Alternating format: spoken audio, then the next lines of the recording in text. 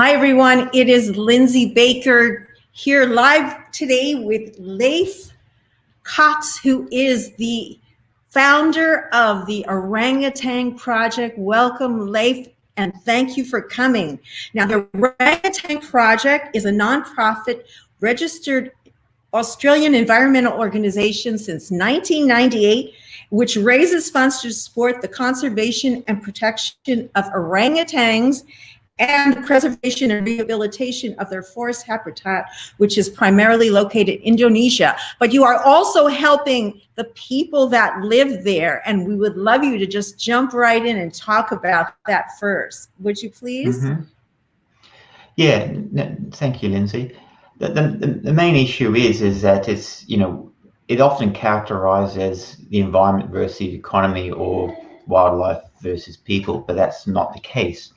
It's about creating a better world for all living beings. And that means including getting the orangutans and humans coexisting in the environment. So one of the areas that we're working in, as an example, in Bukit Tigapulu, the children weren't getting enough nutrients to go to school.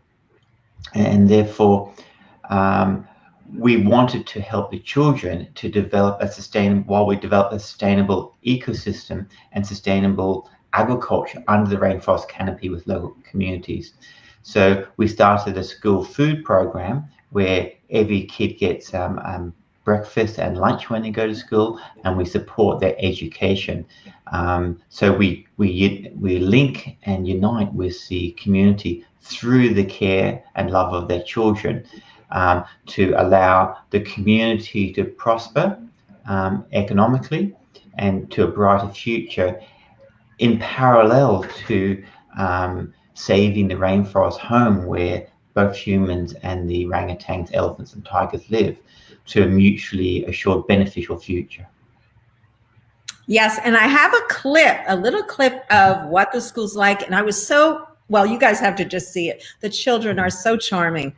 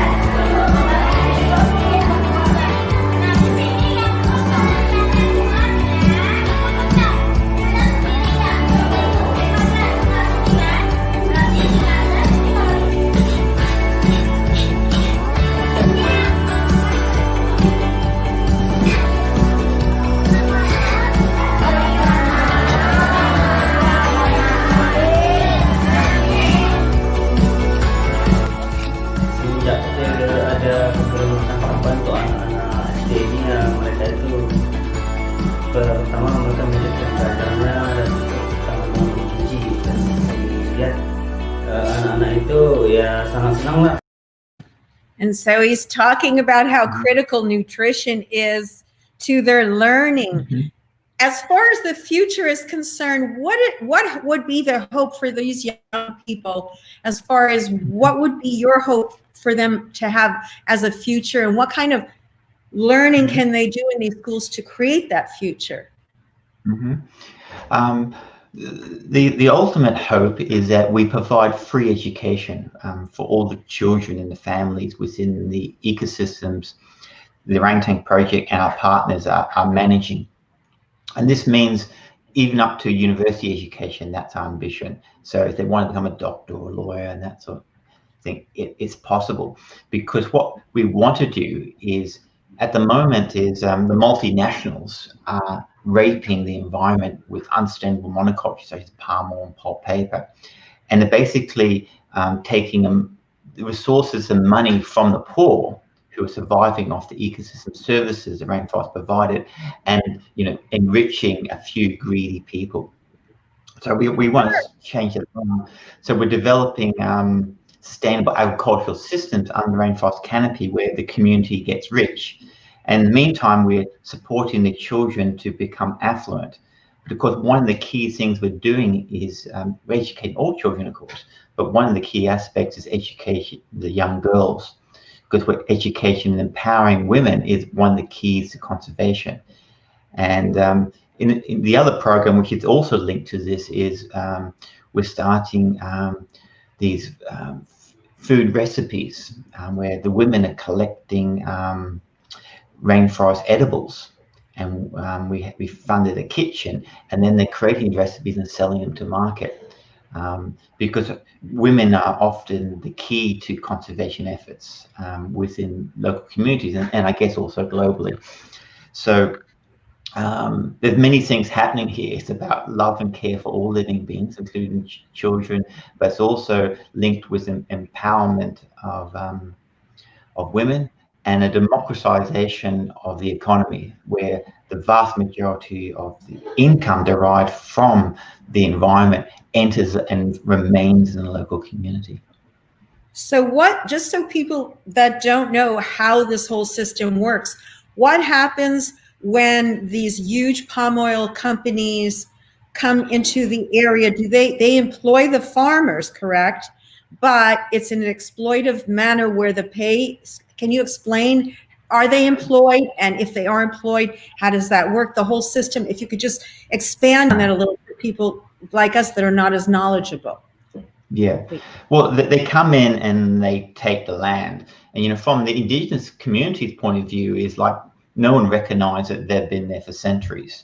And, so it's empty land as far as the officials are concerned, because no one recognizes these people who've been there for centuries. This is very typical all over the world.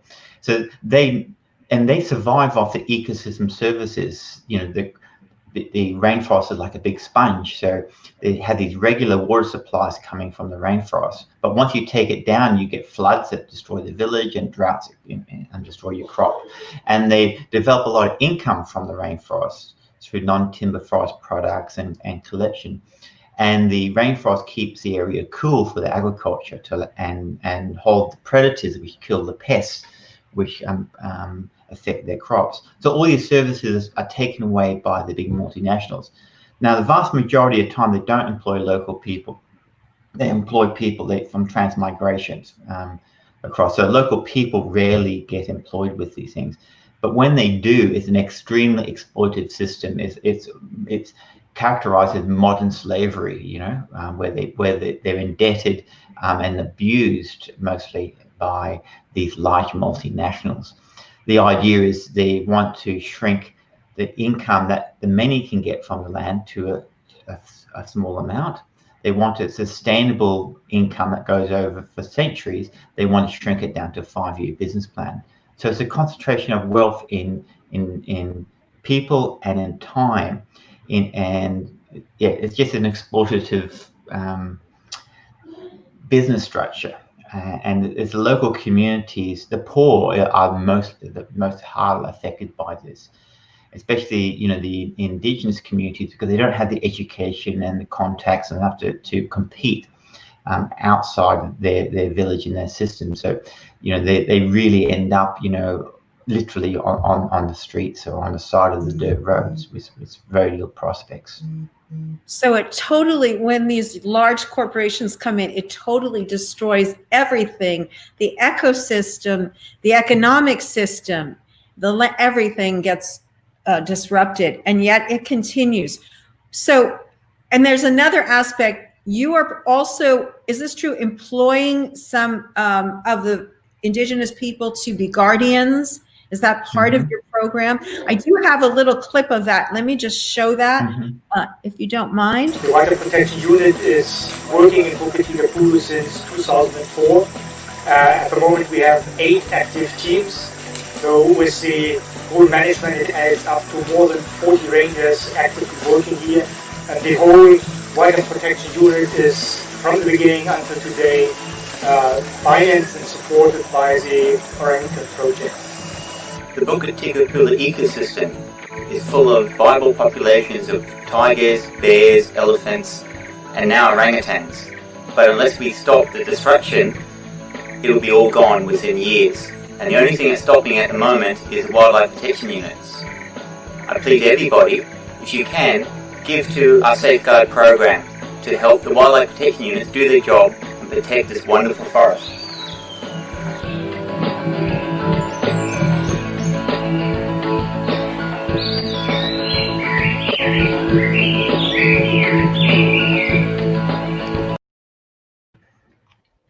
All right, I do want to show the donate page here. This is if you go to the website, and we will be going to the website to look at the books in a moment, but you can donate here and you can see, help us feed hungry children, restore the habitat. And then this is how the second page, oops, I'm so sorry. So you can make a monthly gift or a one-time gift. As little as $15 would be very helpful. So anyone out there listening, please donate to this worthy organization. And again, for those just tuning in, I'm here today with Leif Cocks of the Orangutan Project, and we are talking about conservation. We are talking about orangutans who are anthropologically our cousins. And can you address that for a moment? Because that always shocks people when they hear that. And then we'll look at some of these wonderful cousins we have. I have pictures of them. Yeah. I mean, essentially, we're a great ape. You know, so theology kind of interacts with science a bit, and we consider ourselves Homo sapiens, you know, something separate to the other great apes. But we're really just another great ape. Really? And we share 99% of our DNA with chimpanzees and bonobos and 98% with orangutans. And so we're actually very close relatives in many ways. And we're only really different in degree, because our adaptations to this environment, not very much in kind at all. Wow, that's like people, you see, isn't that what speciesism is all about, in human suprematism and our belief that we are so much above others? Yet if you look at it, if you want to share, you know, compare skills, we can't see very well, we can't run very fast. So in many ways we are inferior to other, but we have to get away from all of that. One being better, we're all part of one wonderful unit, as you said. It's one big unit. Do you want to talk about that for a moment? Yeah, I mean, following on from what you said, is you know, humans are not necessarily, you know, wonderful that everything. Other species can do things a lot better than us. But even when you narrow that conversation about intelligence, you know, intelligence is a very expensive investment from an evolution point of view, because to have intelligence you need a large brain, and the brain is very calorie hungry. So you can quickly starve to death by having a large brain when it's not needed. So intelligence has to be extremely focused. So we do this culturally between human populations as well. We always think our type of intelligence is the measure. But from an orangutan's point of view, their temporal spatial maps are far superior to any human could understand. And you know, finding where the fruit is over multiple years in a vast eclectic rainforest. So from an orangutan's point of view, we're morons, because they look at us and go, can't you figure this out? This is just so intuitively obvious. So I often say, like, orangutans may be dunces in the classroom, but geniuses in the rainforest, you know. Yes. And so it's just that natural human arrogance, you know, to always work out what makes us special. And you know, we've been trying to find this for years. You know, at first it was we had used tools, and of course orangutans and other animals use tools all the time. And then it was we have culture, and then we see actually orangutans adapt to the environment primarily by culture. You know, and so all those myths, you know, and attempts by people to create something special about the human race, it all fall down on close examination. Yes, and even like personal relationships. I'm wondering, do they have drama as we do in terms of like two orangutans that are kind of mates? Does someone come into the picture? Do they have those kinds of relationships as humans do? Yeah, they have these this unique and complex social systems and interactions and families, which is, it's amazing to watch. They live kind of spaced out. They have to live spaced out in the rainforest to survive, because they live in groups that simply starve to death, because they have to space out to find enough food. So they kind of live their social lives in slow motion, compared to, say, city-dwelling humans.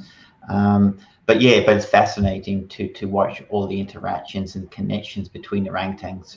If you watch them for a few days, it's like a mini soap opera occurring. And one of the things I love to do is with the eco tours, when we take people in the rainforest to connect them with orangutans in the rainforest. And if you could spend the day in the rainforest, you not only see the orangutans feeding and that sort of stuff, but you see them over the day and a couple of days interact with each other and connect, and it's a wonderful experience. Can you help me remember? I know I showed you this beforehand, the Orangutango. We didn't play that for the audience yet, did we? I don't think so. I don't believe so, no.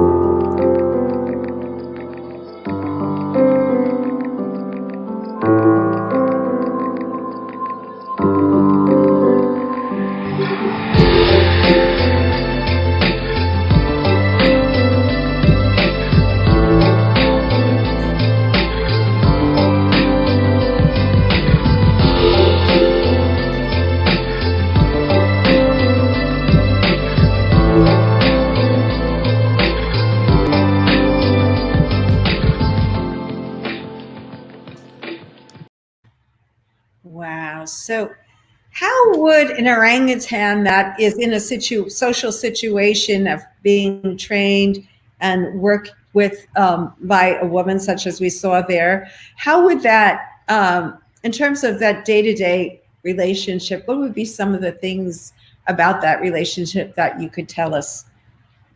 Mm-hmm.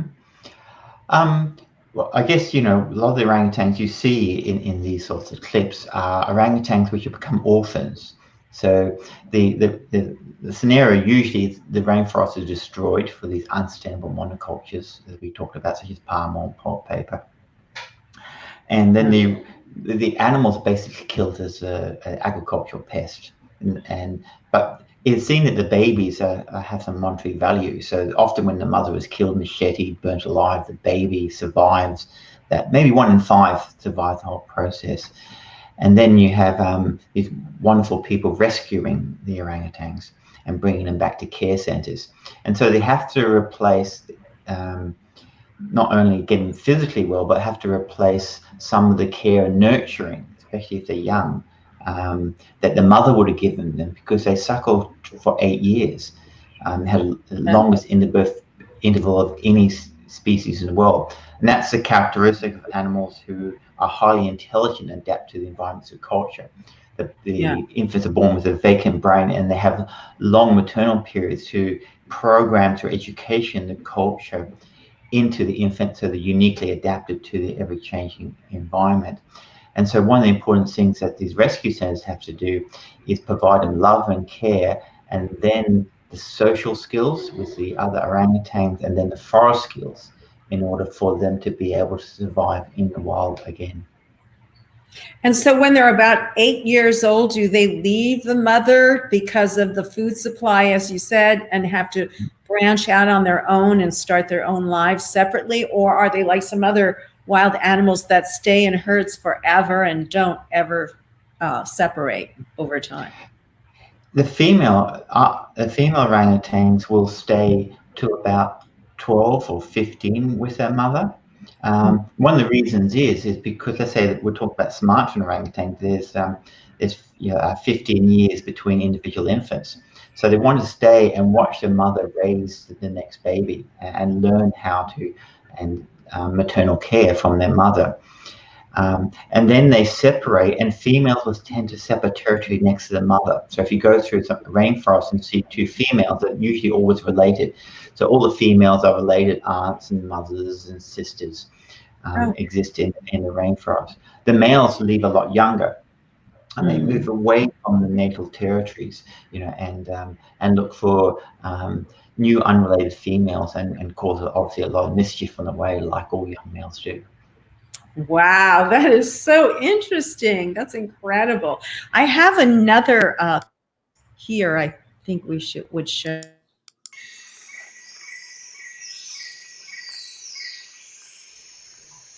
Hey, sir, look up here.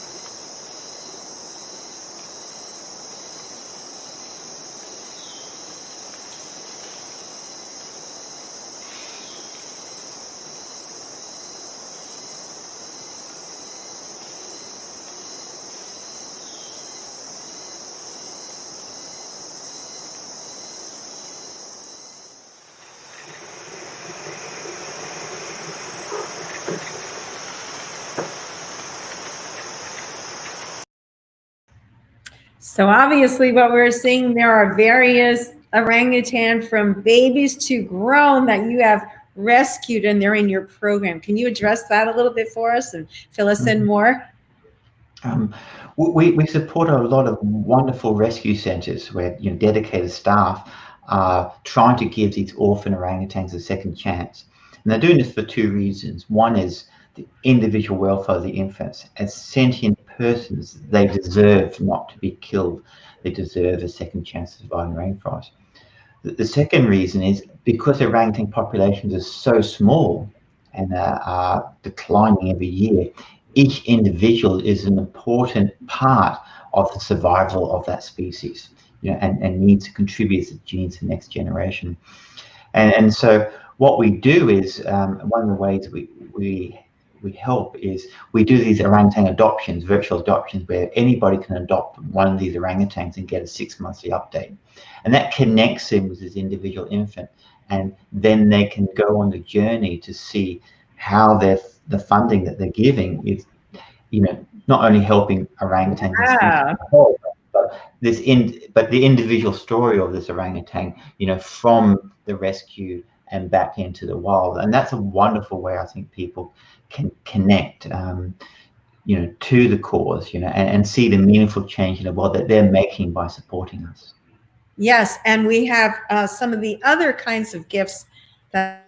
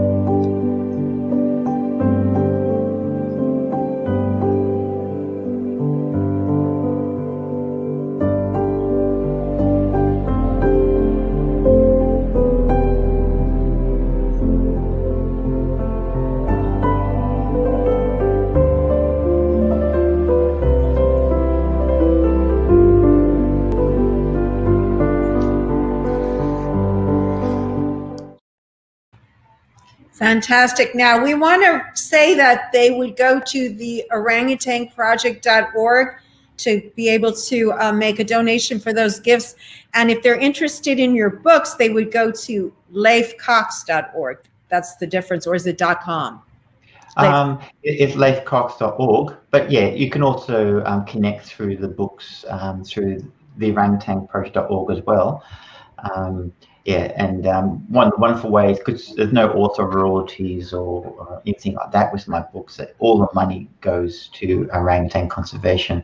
So it's what, and I take people on in my books a philosophical journey, you know, of understanding not only orangutans but humanity itself. So often people really get something for themselves out of the books and the lectures and the eco tours, and so it's a win-win situation here. So it's one of the wonderful ways that you can support, and yeah, and possibly even get some insights and into your own humanity. Yes, and what I'm showing here is your personal website, leifcocks.org, and this is where you can find the books, My Orangutans, My Cousin, My Friends. I'd love to hear more about that once I finish showing this, because this is on the screen right now. And wow, orangutans and their battle for survival. Same book we just mentioned, and Finding Our Humanity. These books looks so interesting, and here are all the papers that you've written and videos. So you can go to this website and there is a wealth of information, and oh my goodness, look at these amazing awards. Wonderful work that you've done, Leif. And let me stop sharing the screen. There you are. Just amazing. So folks, please go on over to there. Now, all of the links will be in the comments. We don't put them in ahead because we get less view. Facebook does some kind of penalty, so we put them in the comments. But folks, they will be in the comments. And let's just see what some of the comments are saying here. So, and you're getting lots of praise. So incredible, so important. Oh, they're asking if you would speak about the palm oil issue. Can you address that, please? Yeah, there's actually a few kind of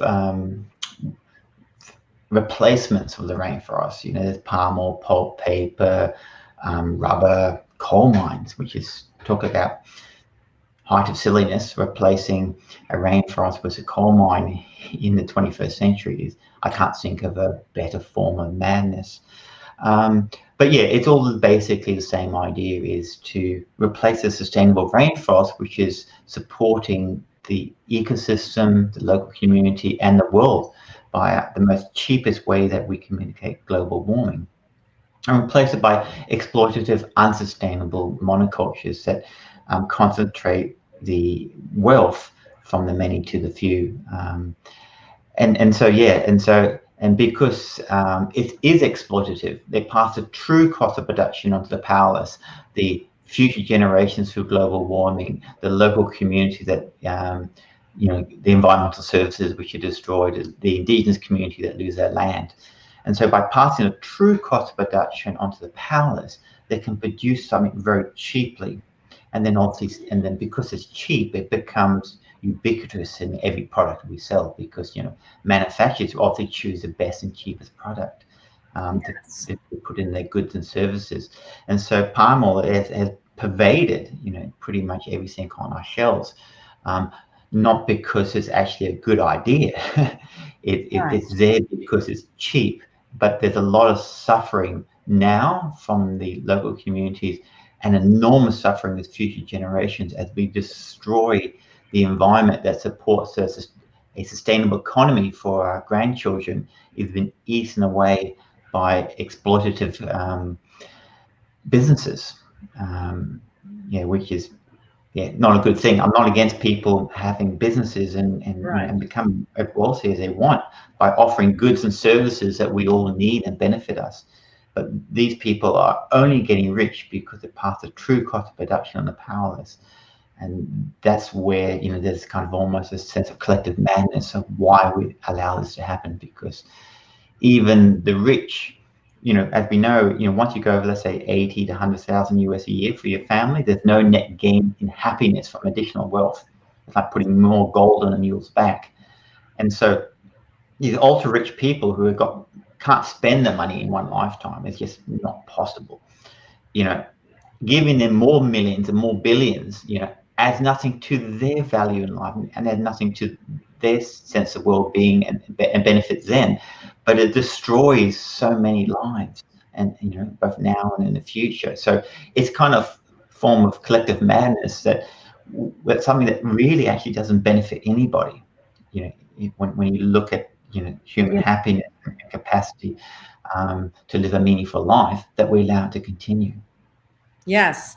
And you do have a page on your website, I want to point out, which gives more information about it. Can you just kind of give us an idea, what can people do? I mean, it's in all of our food. So I check the packages. I know as a vegan, I was eating Fig Newtons and Oreos. And then I discovered through a friend, no, don't eat those. I looked on the back, palm oil everywhere. So what can individuals do? Can you give some advice? There's two kind of what things we should be doing. One is, and you just set up the page, and that's supporting a partner of ours, because how we work is we work in isolation and in competition with others. We work by partnering with fantastic people and fantastic organizations to achieve the outcome. And that's part of our philosophy. And the one you put up there is palm oil investigation. So they concentrate on people making genuine, meaningful changes to how they consume. Yeah. So a bit like, as you're saying, being a vegan, as a vegan, you would say, look, I made a moral decision not to eat animal products. And that's important for personal integrity. And a lot of people now are doing the same with palm oil, and palm oil investigations do that with us. But the second side of it is, and this is where palm oil resistance comes in, it's just doing that alone, it's not going to help much. Because how humans can achieve meaningful action is not as individuals. We've always only been successful by collectivizing. So I say, like, if you want to earn a little bit of more money, you would go to your boss and ask for a pay rise. If you want to earn a lot of money, you collectivize capital, and it's called a business, and you have the potential to make a lot of money. And so with everything, we can achieve things by collectivization. And so by joining something like palm oil resistance, you donate a regular income, and we can then use that money in the field to support local communities, to support their indigenous land rights, alternative agricultural systems, etc., to avoid the palm oil multinationals taking the land and destroying the environment for short-term profit to a few. So we as individuals need to do business in a different way. And these programs have to be set into place so that the individuals, the indigenous people, have a choice and don't have nothing left to do but be victim to these large corporations. We have to take action by donating, by building awareness. So people can share this video. That would be a great help. They can start a watch party to get the word out.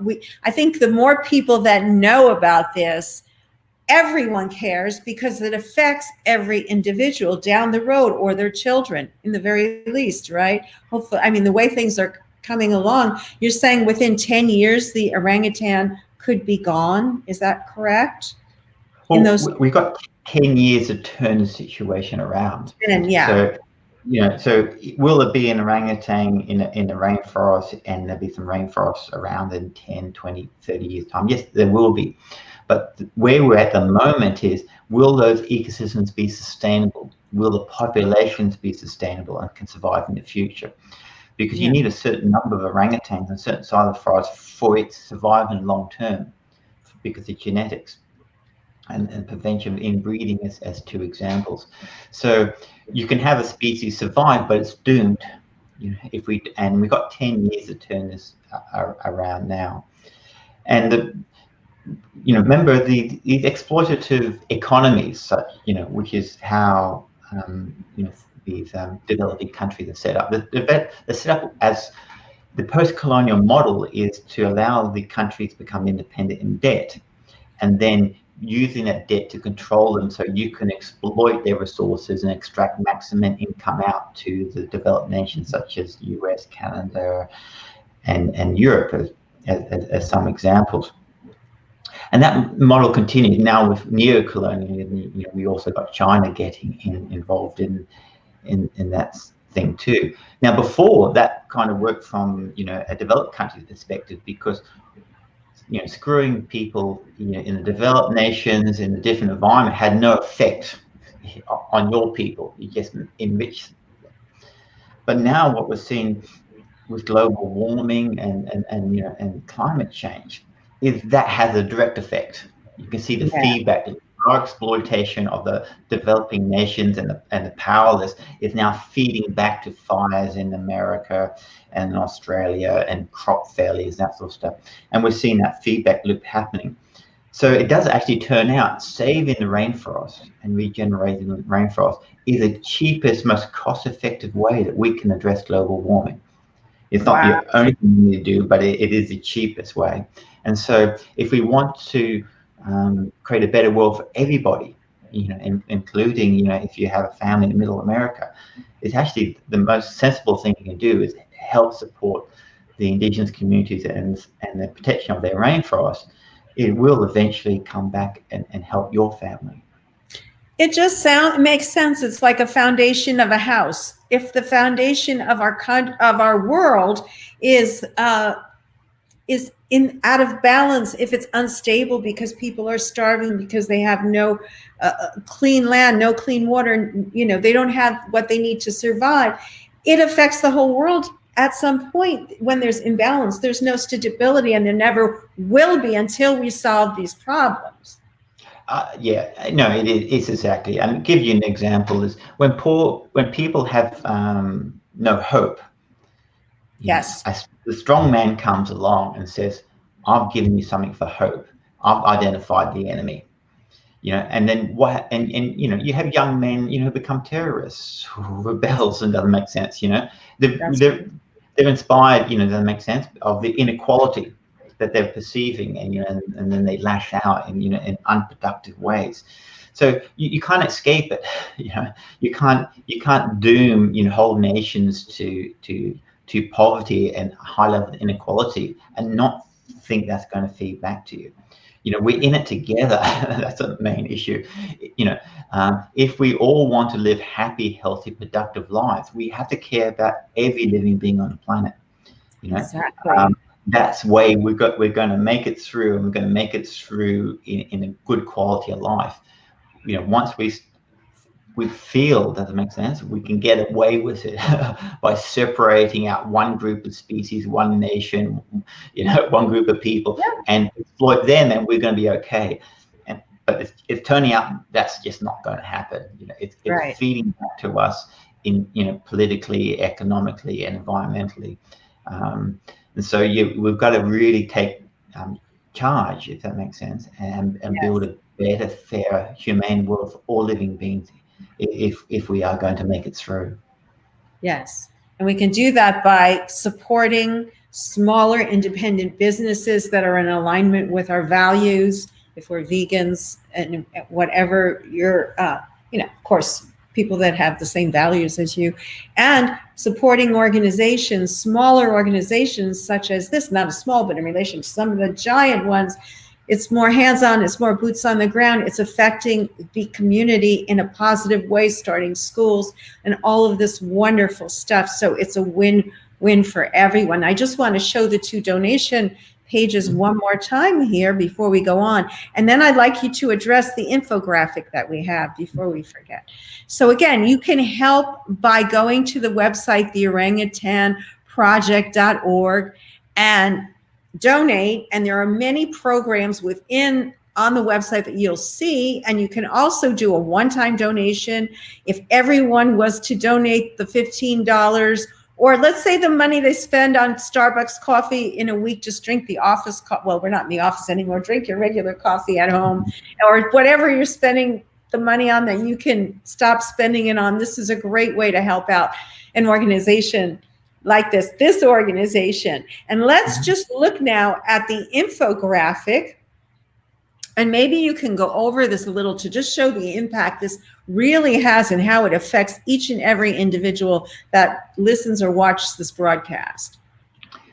Yeah, so, my philosophy is with business organization, you are what you measure. So I'm not worried about publicity or funds we raise. They're only means to the end. What I want to measure is the meaningful impact that we have on the ground. And so the infographic you just put up is the annual, audit of what we achieved that year through funding, our partners or our partner foundations and companies that we've formed together with our partners. And so every year we go, okay, what have we achieved with the money? And this is kind of the infographic demonstrates, this is what we've actually achieved. And so it's important to not only measure, but to intelligently use every dollar for maximum impact into the meaningful change that people are giving us to money to make that change in the world. I call the Orangutan Project a organization of the third industrial revolution. We actually have no office. My office is my laptop. We have no filing cabinets. It's all on Google Drive, and we don't seek to compete against others. We form as many partnerships and many connections as possible to efficiently achieve the aim. And importantly enough, my vision is that is we're going to save these 8 completely functioning ecosystems of the right shape, size, and type of rainforest. And we're developing now with our partners sustainable ecosystems through aquaculture under the rainforest with local communities that in 10 years' time, we're going to be not only handing out ecosystems which are environmentally sustainable with orangutan populations in it, but economically sustainable. They will support themselves through the sustainable economies. So my vision is, which is ironic, is that the Orangutan Project will close down because it has no meaning anymore. We achieve the aim. So I guess it's kind of weird that a CEO would actually say, my goal is that the organization close, but it truly is. Because I want to create a world where organizations such as the Orangutan Project are not needed.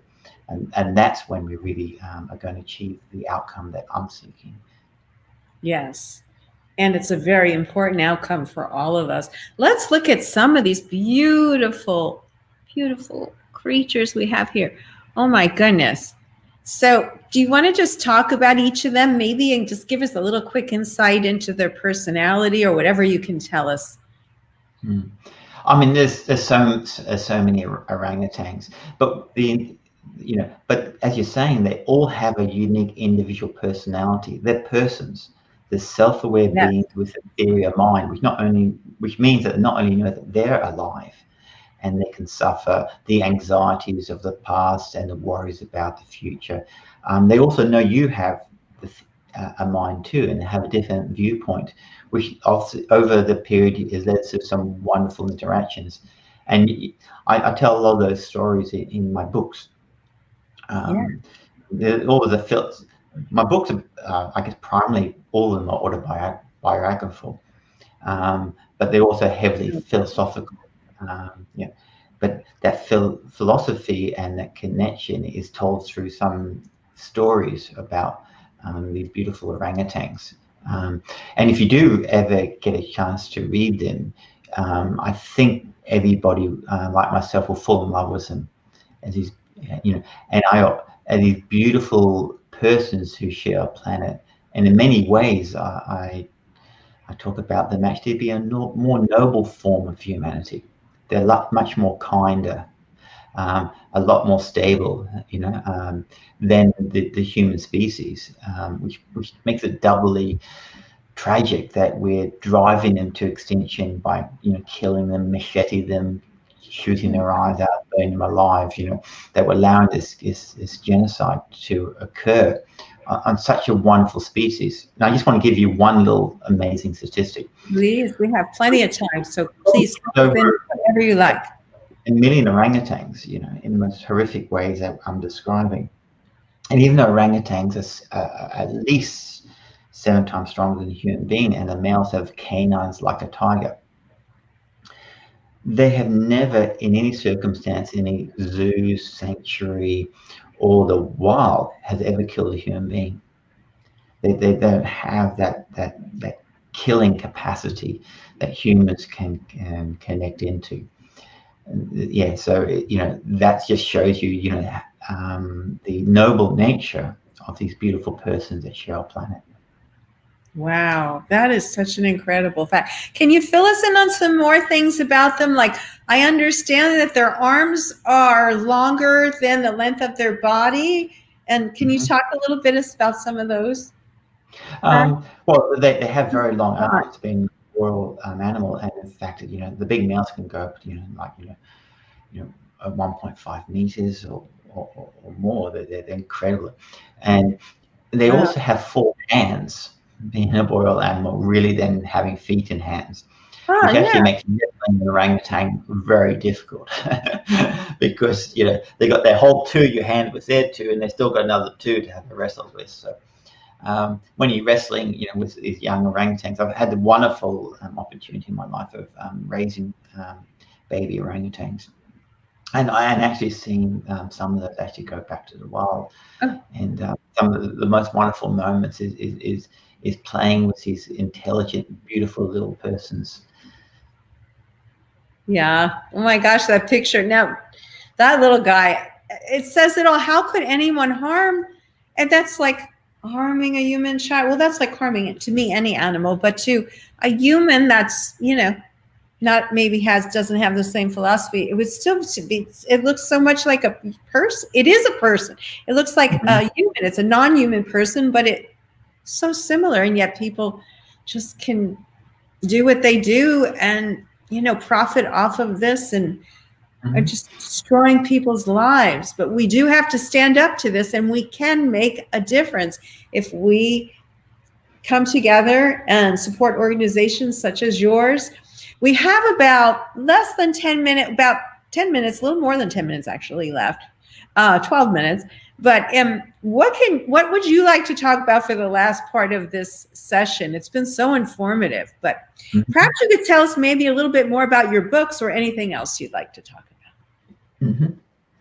Well, one of the premises of, especially my last book, Finding Our Humanity, is that in order to affect meaningful change in the world, we have to internalize that meaningful change within us. We have to be the change within ourselves to change the world. I mean, for example, if you're unhappy inside and you have this hollowness, you haven't found that joy and love from within yourselves, you have to support your ego sense of identity with what I call adult toys, reputation, fame, money, and power. And people who even pursue a noble cause such as conservation and welfare, and if they're not taking care of their own internal world, they end up destroying the relationships and the outcomes. You see, their ego makes them very successful, they're driven, and then everything falls apart because their need for these adult toys start destroying what they're trying to create. Alternatively, if we find that joy and love within ourselves, we naturally express that, and that gives longevity, and meaningful outcomes to the work we're doing. And so it becomes simply just a natural expression of the love that we feel for all living beings in an intelligent way in the world, and that provides the meaningful, long-lasting change that we need to happen. So I would advise, let's say, I'm giving a talk to university graduates, I always say, yeah, sure, go out on your career and everything, but you need to also take the same amount of time to work on yourself, on your internal life. Otherwise, one, you're not going to be happy, because happiness may be difficult to find within oneself, but it's impossible to find outside oneself. And so what you do in the world should not be about finding happiness, because that's just a waste of time. What you do in the world should be the expression of the love and joy and happiness that you feel for all human beings that comes from within yourself. And so, yeah, so to me, that's an important aspect of what we do. So I see so many times, conservationists, the actual, if they're going to get really upset about something, it's surprisingly sometimes it's not upset by let's say the people who destroy the environment, because if you want to be a hero, if you want a hero and save the world, which is ultimately can be an ego trip, you need someone to destroy it. Superman needs Lex Luthor. You know what I mean? They need the nemesis in order for them to have some valid role about how they see themselves. Yeah. But then they'll get angry and start infighting with the conservationists down the road. And the reason being is that person could be taking the name, reputation, money, and power that they seek through the conservation work. And so then you almost have this ridiculous situation where people who are on the same cause spend more time arguing and competing against each other than working together. And that's why the Orangutan Project, we just partner with every bona fide organization in a whole mosaic, to achieve the outcome, and connect with each other, because it's not about ourselves. We have sublimated our ego to the cause, and we're not seeking any of that. To clarify, there's nothing wrong with having reputation, fame, and money. If you have it, you can use it to really find great effect. But if you need it, and if you need to support yourself, that's a worm that will eat away and destroy the outcome you're trying to achieve. So yeah, so I guess in a way, is as my writings have gone, is to not only concentrate on helping people in the external world, but in making people happier and healthier through looking at their internal world. And so it's like all the things we try and achieve is win-win. When our donors and the people go on my exhibits and go to my talks, it's not just about trying to get money from them to help my beloved orangutans. It's about helping them too, and then helping them find that joy within themselves, and then becoming the vehicle that if they donate to make that meaningful change in the world, an expression of love and happiness that they can make in the world today.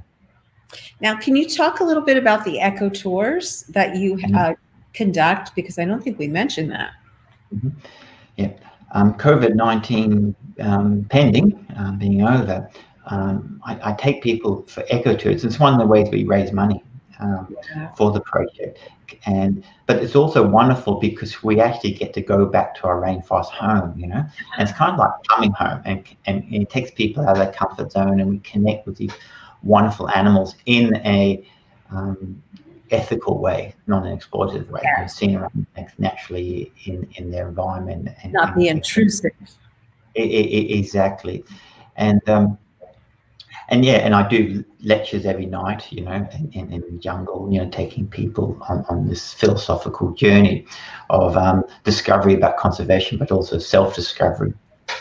And so many people come back, after even living full lives, and say, well, it's the most wonderful experience of connection with nature, and almost in some senses, it was like coming home for a short while, back to where humans evolved, and and in some ways where we feel most at home.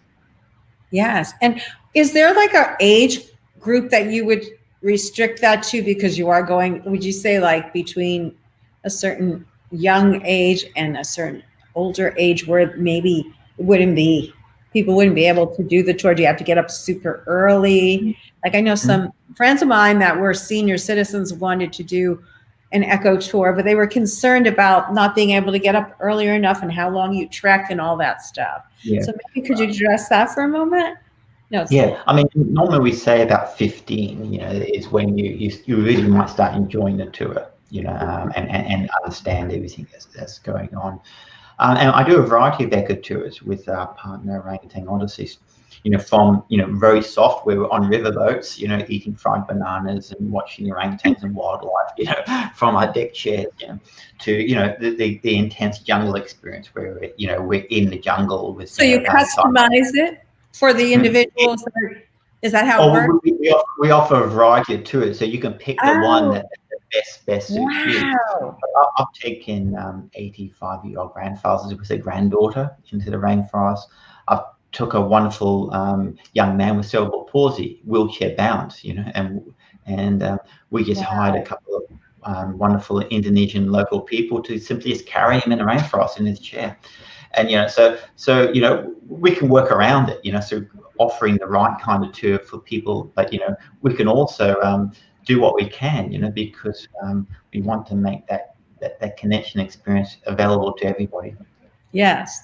Have you, I know some of the sanctuaries here in the US have done these programs with corporations or companies that have Zoom meetings for their employees, and they allow them to see the animals, interact with them during the meetings. It's been very popular and a good way to raise funds. And I wonder if you had explored that at all or have thought about it. Certainly we've thought about it.